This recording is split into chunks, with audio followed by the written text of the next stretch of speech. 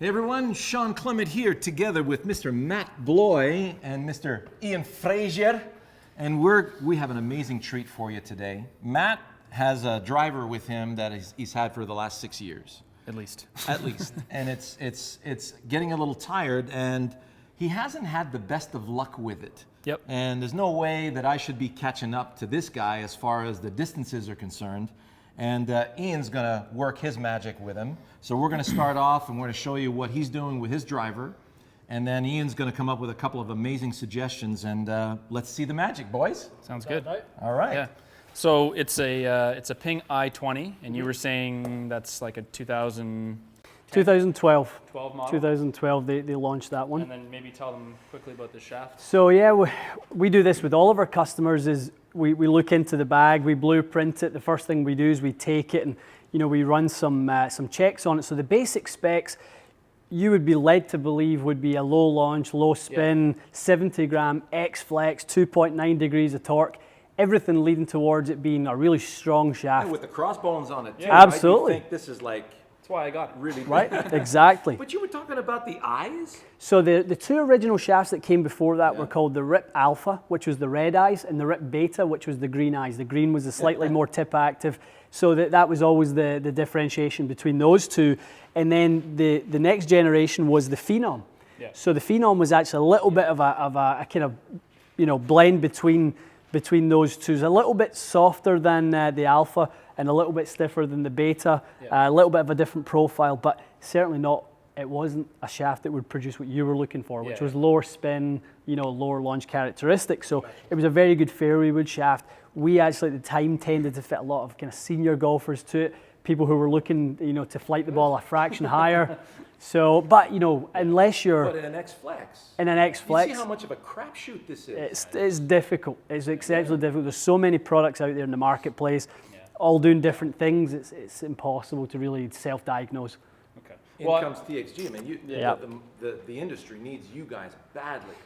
Well, it's our job to know the history of shafts. I mean, I could go back to tell you about shafts from the early 2000s and what they all done in the introduction, and when this stuff all became really popular, the UST Pro Force Gold 65, the Aldila NV, the Grafloy Pro Light, and everything from there onwards, and from when custom shafts first became popular. And it's really been, my job from then onwards to know everything about all these different shafts in the industry, so that when you walk in with your old one, you want to know why it's not performing, don't you? You don't just want to, just go straight into the new stuff. I had to go through all the shafts. I'm going, the UST, that's feeling pretty good. Yeah. The Aldila was, and then the Grafloy, I couldn't hit that thing at all. Absolutely. It just felt so strong. And at times there was reasons for that. At the time, through bore was a very popular kind of feature in drivers back then, especially Titleist drivers were very big in the early 2000s. So when you would put that shaft all the way through, it would be about 1 3/4 inches deep into the head. Well, there goes the tip section. Right. That shaft that was designed to do something was doing something else, because the tip section was swallowed up by the fact it was going right to the bottom of the head and right to the top of the hosel. Oh, there you go. Okay, so let's hit this, see what it does, and get some numbers, and let's see if we can get you a few more yards, Matt. All right. I'll sit by the wayside here, Matt, and sip my coffee while you do that. Sounds good. I might need your help, but feel free to chime in if you see any. No problem. So it's mostly consistency with this driver, Ian, that's an issue. I'll hit the occasional one distance-wise that I'm more than happy with, but I'm missing a lot left, and I'm hooking some, as people probably saw with Shawn and I on our... A little too much variation. It's just all over the place. Well, the challenge at your speed, Matt, is you're so quick, upwards of 115 miles an hour. The shaft is under severe stress at that speed. So it's hard for me to pinpoint, obviously, but there's something that just feels a little off. All right. Okay. So hopefully I can hit a few that are typical for me.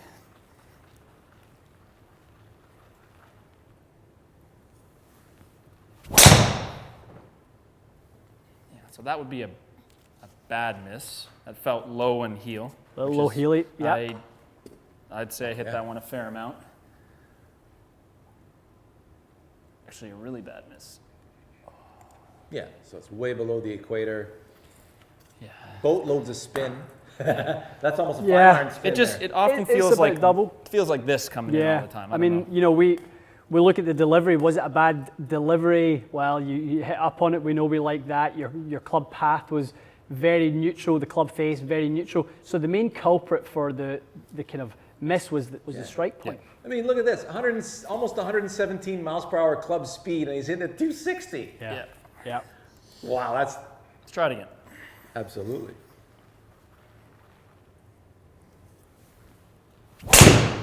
Felt better. So that's kind of like if I really hammer one, Yeah. it overdraws. Right. Like that was hit pretty well, and I'll tend to overdraw it.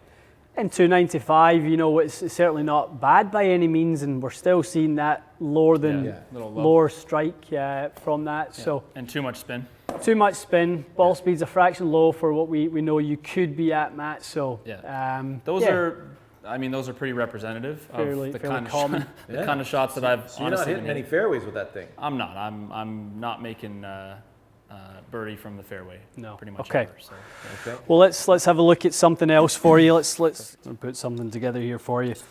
TaylorMade M1, 460cc head. We've got the benefit of the adjustable weight. So when we were discussing driver earlier, we were thinking, okay, we want to try and launch it a little bit higher, a little bit less spin. Yeah. We may have to kind of rethink how we're going to configure this driver. So let's start with it fairly neutral and see what we get. Gotcha. King i20 is a little bit older technology. It's a few years old now. So let's see what the new tech provides for you. Okay. Just while I'm setting up, Ian, what in terms of this shaft, what are your what's your knowledge on that shaft in terms of how it's been working for people? This one's called the Mitsubishi Kurokage XT. Okay. Really popular shaft on the PGA Tour. Jason Day played it in both his Woods the year he won his majors PGA Championship and got to world #1. Yep. McIlroy played that profile for a long time. So the secret ingredient in this particular shaft is the titanium nickel wire. So people go, what's this? What does that do? What that does is provides elasticity and strength to the shaft so that once we load it and it bends, it recovers quicker. So the faster the shaft can recover, the more energy we store within that product and the more ball speed that then is generated. A little bit less sag, your consistency goes up. Yep. This particular shaft as well, and you can talk to the viewers about your experience of it, but they've increased the torque a little bit higher in this shaft. Okay. So it has a slightly higher feel. It doesn't feel like a boardy shaft, Yep. but it performs like a really stable, stiff shaft. Interesting. Okay, so that's what we're viewing there. Certainly sounds all really good, right? There's always method to our madness. Yes, absolutely.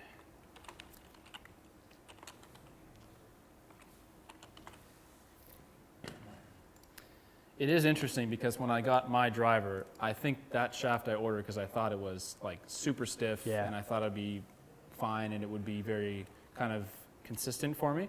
And it's just interesting that it's not.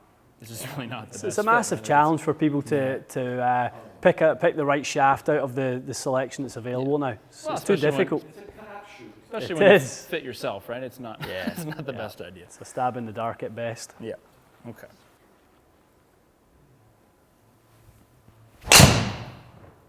Feels completely different. Wow. Completely different. Wow. Like way better. Yeah, that felt way better. 22 RPM. Wow. Yep. Yeah, that feels a lot different.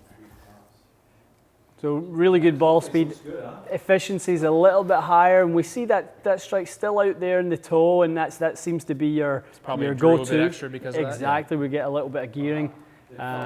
It felt completely different. Yeah, we go to these ones. So we can see already we're seeing some more energy transfer. We're seeing a little bit more spin, which we talked about as a stabilizing feature in your ball flight. Yeah. I actually had set this one to draw a little bit. I mean, I don't know if we can kind of quickly show the base of the club, but show it after, heel-toe weight is in the heel a little bit more. So we'll see what we need to do with that. We might want to adjust that one. I don't mind that. I mean, I personally, if I'm on the course, I'm more concerned about hitting it left. Yeah. So it's not, to me, that shot, if I hit that on the course, I'm not upset with that. Okay. You're a backhander too, right, Matt? Yes. Yeah. So that's like Jordan Speed. That's like Sergio Garcia. Yeah. They're lead hand dominant. Yeah, definitely lead hand dominant. It really feels like a completely different. I don't know, just through impact, Yeah. I feel like it's not that hard to. So hit that it one's straight. going to be a little bit more of that, I think, low strike that we talked about. Yeah, Fraction more it was, spin. You know, just even just Yeah, observing, Matt, the kind of the way that ball flight got to its apex. Yeah. Between the kind of, you know, a third to 2/3 into the flight, it hung all around a little longer, so we knew it was going to spin a little bit more. but with my driver, when I was hitting this type of shot before we started filming, Yeah. that number was like almost 4,000. The window was much higher, wasn't Yeah, it? it was way, way Yeah. higher, and the ball speed was The way ball lower, speed maintenance, yeah. and it was yeah. fading everything. Yeah. We saw the ball speed down at about 163, didn't we, in those miss hits? Yeah. Yes, on absolutely. the old driver. So the ball speed maintenance is excellent. The efficiency hasn't really went anywhere, and we're still hitting a lovely. So is that a 300. good number? I know that the Yeah. GC quad is way different. It's with very different. efficiency, so that's a better. We see the best strikes with driver come out with about a 145 to Gotcha. 142 efficiency. Anywhere in that window, and you're in good shape. Yeah. Yeah. Because people will ask, because their 1.5 is like the TrackMan number. That Yeah, everyone's kinda that's the way used to. TrackMan do their breakdown of ball speed divided by club speed. So 145 is kind of your new perfect hit. Exactly. Gotcha.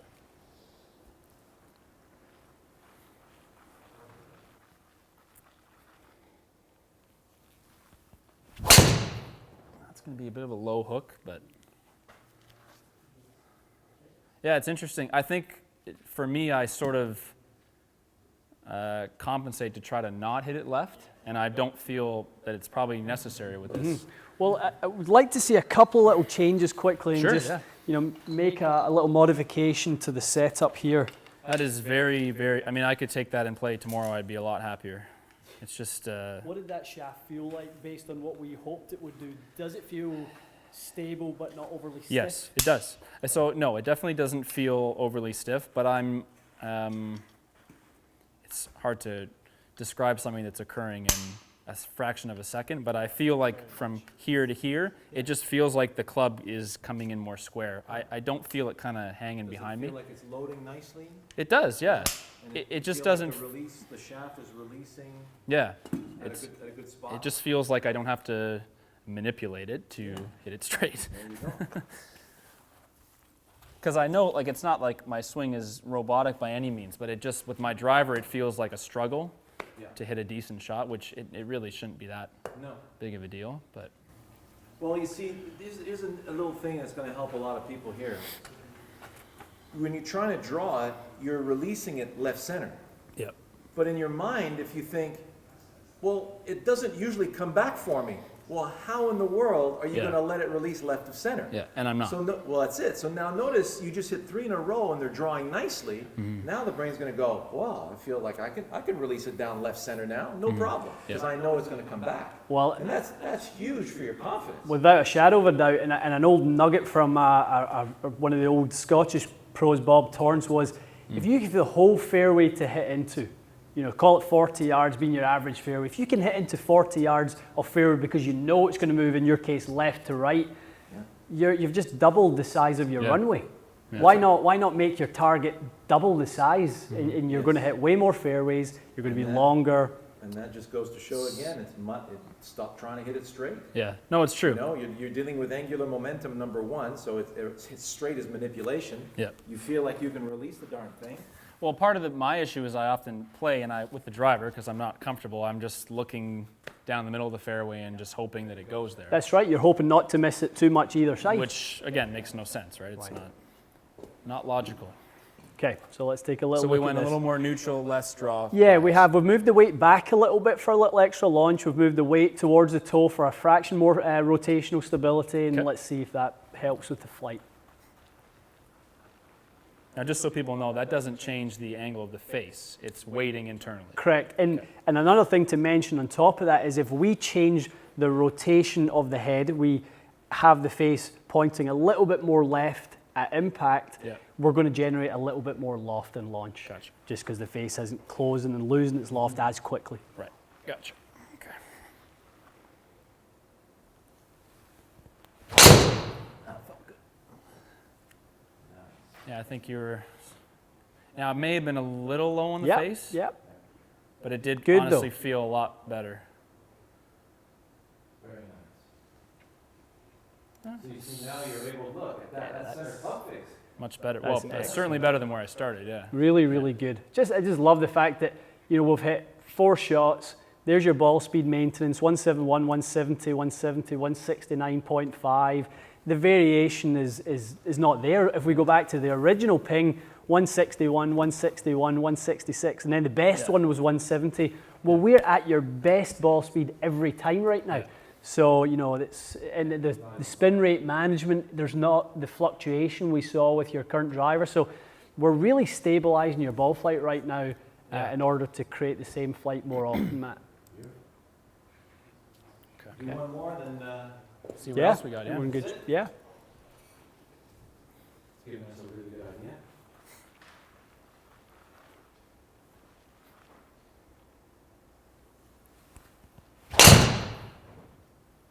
That was that one really good. Dude, man, look at that. You're driving, you're drawing it beautifully every time. Yeah, that was That exceptional. It's that like one. it's crazy how much different that is. Yeah, that felt good. There's just the perfect balance of everything going on here. We've got a little increased ball speed there. We've hit our kind of optimal 145 efficiency. We've just carried that 300 yards. We've got plenty of spin for stability. The launch angle's good. Strike point's right on the equator of the club, Matt. If we couldn't really draw up any better for you. Now, typically, how long would a driver fitting like this usually last in your house, Ian? We would spend about an hour with the customer, Shawn. In all honesty, people are coming in for the experience. They're coming in for the independent advice across the board. They may have done a little bit of research and have some heads that they're curious about, maybe read some tech reports on the benefits of one head versus another. Right. So, with Matt, we're really lucky here that he just went, okay, fit me to the best thing. We've watched a few, we've put it in his hands. We're right there. Yeah. If the customer has some preferences, we'll want to go through those as well. Sure. So we do spend at least an hour going Just through to all those variables. remove the doubt, 100%. right? Validate that Lift it's the fog. and learn as much as we can about the player. Maybe towards the end when we see them get tired, we might see some other variables that we can manage, and that's what happens in a round. After the 14th hole, right? Absolutely, yeah. The home stretch. Yeah, exactly. Right? Why not see it when you're several drivers in and you're getting a little bit fatigued, and we start to see maybe we lose the integrity of the club face a little bit and that type of thing. So, Very nice. yeah. Awesome. Good. That was great. Excellent. Thanks, Ian. You got it.